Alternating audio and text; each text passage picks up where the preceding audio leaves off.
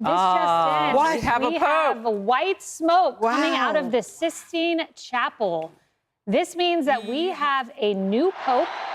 It is the third vote that's been taken.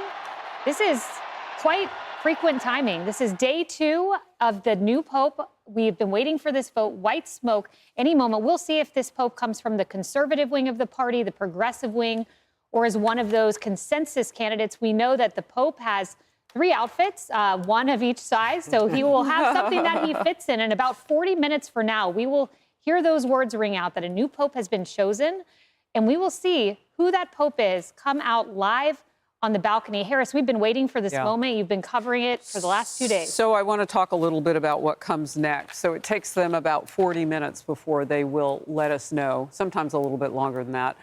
But traditionally, we'll know within the next hour, maybe before we end here on Outnumbered, who the next pope is. This is the 4th vote. The first 3 we already knew the results of. So we were waiting and have been on chimney watch, as it can be called. And we knew that we might not get a black smoke vote because they don't do those for every announcement now after they're past the first couple. So we knew that if we were going to see smoke and be watching it, it would be the announcement of a pope. So we have been watching this for the last 45 minutes. And if you were watching, you probably heard me say, historically, we're in the zone now between the 4th and 5th votes. We're kind of in that process that we've seen where if it didn't happen on the 2nd vote or the 3rd vote, this is where majority of them have happened. I want to bring in now senior correspondent Ben Hall with more on this. Ben, when you and I talked yesterday, we said the sweet spot, the magic number was 89 votes, and the sweet spot would be right about now, the 4th vote. Yeah, absolutely. 89 votes. That is 2/3 of the 133 cardinals who are in the Sistine Chapel. And look, it's widely been accepted that if we were to see white smoke, if a pope was to be decided this early on after the 4th, then it is perhaps likely that it is someone who we had anticipated, one of the bigger names. Now, we won't find out for certain for another 45 minutes to an hour.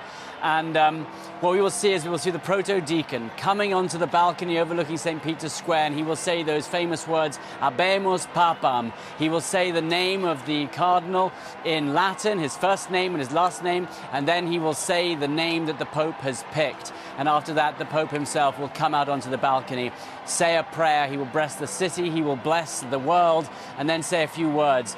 Pope Francis, you remember, came out, and the first words that he said was Buonasera, which everyone found to be quite amusing. Pope John Paul II came out, and one of the first things he said is he apologized for his bad Italian, but that he knew that people would correct him if he was wrong. So it doesn't necessarily have to be a very serious prayer. But the man who will be standing on that balcony is the direct successor of St. Peter. 2,000 years, and he is, in the eyes of the Catholics, the representative of God on this earth. And he will have immense power to sort of take the church in the direction that he thinks is the right way. We've talked time and time again about how how Pope Francis was more of a progressive pope. Well, will the Pope that we see now be more conservative? Will he be like Francis and progressive? We're not certain. But remember that Pope Francis picked 108 of the cardinals who are in that room, so perhaps many of them did feel like him. But this is an incredible moment. We've been waiting to see that white smoke, and we can hear the bells around Rome at the moment. And we can also hear the screams and the cheers from inside St. Peter's. So this is the moment we've been waiting for, Harris. All right, Ben Hall, you queued it up. Now let's go watch it live.